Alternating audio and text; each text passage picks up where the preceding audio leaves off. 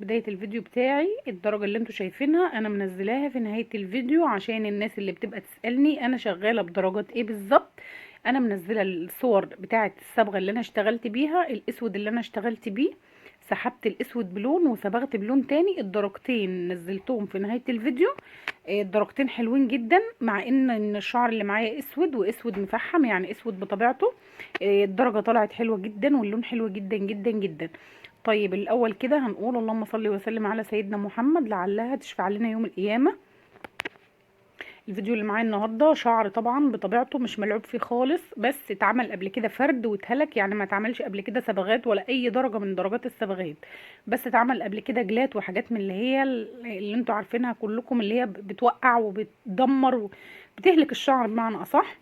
فطبعا الفتله ما كانتش كده اصلا على كلامها ان دي بنوته اصلا. بس يا جماعه عايزه اقول لكم حاجه برضو في الفيديو ده، ان برضو الروح مطلوبه. النظافه والاهتمام والجمال، مش شرط تبقى ست عشان متجوزه لازم تبقى تنظف نفسها وتعمل وتهتم والكلام ده. والله العظيم ما شرط، لان ده بيسيب اثر سلبي في نفسيه البنات. دي انسه يعتبر، يعني احنا واحنا في سنها كده كلنا كنا متجوزين يعني. فطبعا الجمال والاهتمام والنظافة والكلام ده كله مش للست بس، لا للبنات كمان. هي شعرها طبعا عشان كان تقيل بسم الله ما شاء الله، يعني كانت بتعمله فرد ما كانتش بتقدر تسرحه وكان بيضايقها.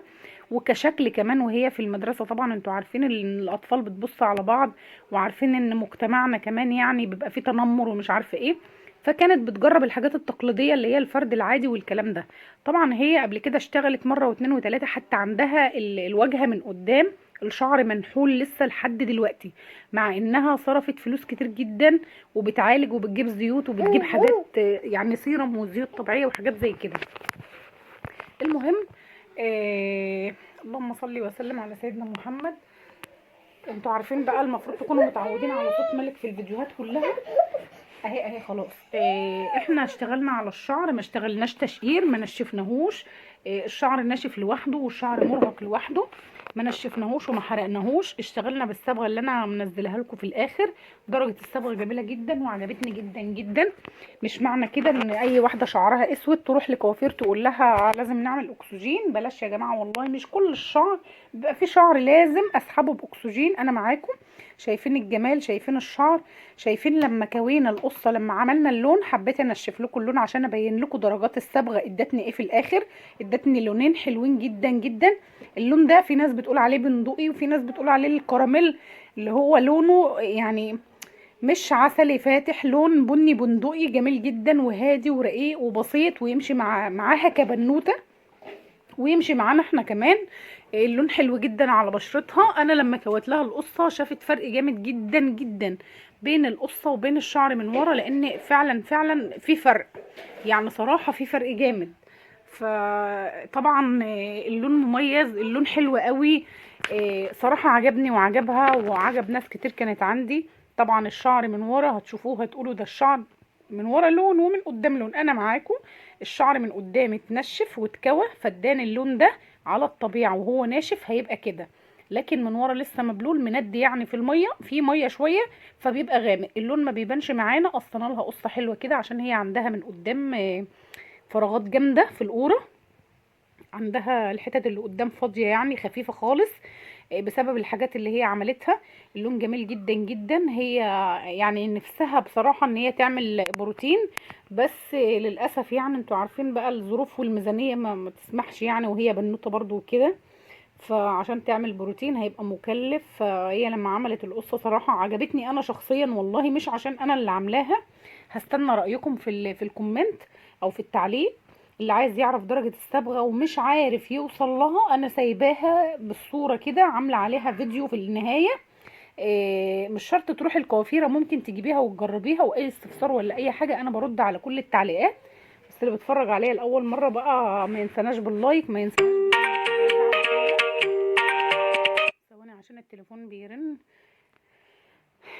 اللهم صل على سيدنا محمد. نرجع تاني اللي كنا بنقوله يا جماعة، اللي مش مشترك معانا وبيتفرج علينا لأول مرة ما ينساناش بقى بلايك، بكلمة حلوة، بدعوة حلوة.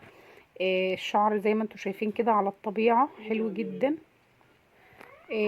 باين ان هو صراحة يعني، ومع وشها كمان يعني شكله حلو وشكله طبيعي وجميل ومش ناشف وطري وفيه فوليوم كده. نكمل الفيديو تاني، معلش سامحوني. زي ما انتوا شايفين كده. اتمنى ان انا بضيف خفيف عليكم، او المحتوى اللي انا بقدمه يكون حاجة مفيدة بتستفادوا منها كلكم، او بتطلعوا من وراها بنتيجة. بلاش يا جماعة، مش اي حد يصبغ يعمل. احنا قصينا القصة كده زي ما انتوا شايفين كده، حلوة جدا عليها. هي ما كانش عندها قصة ولا اي حاجة، بس هي فتلة شعرها مضايقاها طبعا. والله العظيم احنا لما عملنا كده فرقت نفسيتها. يعني مجرد ما عملنا اللون بس فرقت معاها جدا. دي درجات الصبغة. انا سحبت الاول بالالف. طبعا الالف اداني البن الشوكولاتة. كلكم عارفين ان احنا صبغنا على اسود. صبغنا على اسود بدرجة 1000. الصبغة دي او اي نوع صبغة بس بدرجة 1000. والشعر يكون مغسول مفهوش دهان، اهم حاجة يكون ناشف ومغسول مفيش فيه دهان. ابدأ اشتغل بدرجة 1000. هسحب اللون هيديني البن الشوكولاتة. هبتدي بعد كده احط اللون بقى بتاعي اللي انا عايزاه. اللون اللي انا عايزاه بقى التاني ده بعد ما سحبت اللون. بس انا بقول لكم بلاش نسحب بودرة واكسجين، عشان اصلا الناس بتشتكي ان الشعر بيقع لوحده. طبعا ده كانت نهاية الفيديو بتاعي. اتمنى يكون الفيديو عجبكم، واتمنى المحتوى اللي انا بقدمه يكون كويس وبيعجبكم او مفيد بالنسبة لكم. طبعا هسيبكم تتفرجوا على نهاية الفيديو. ده كانت نهاية الفيديو. اشوفكم في فيديو جديد واشوفكم على خير.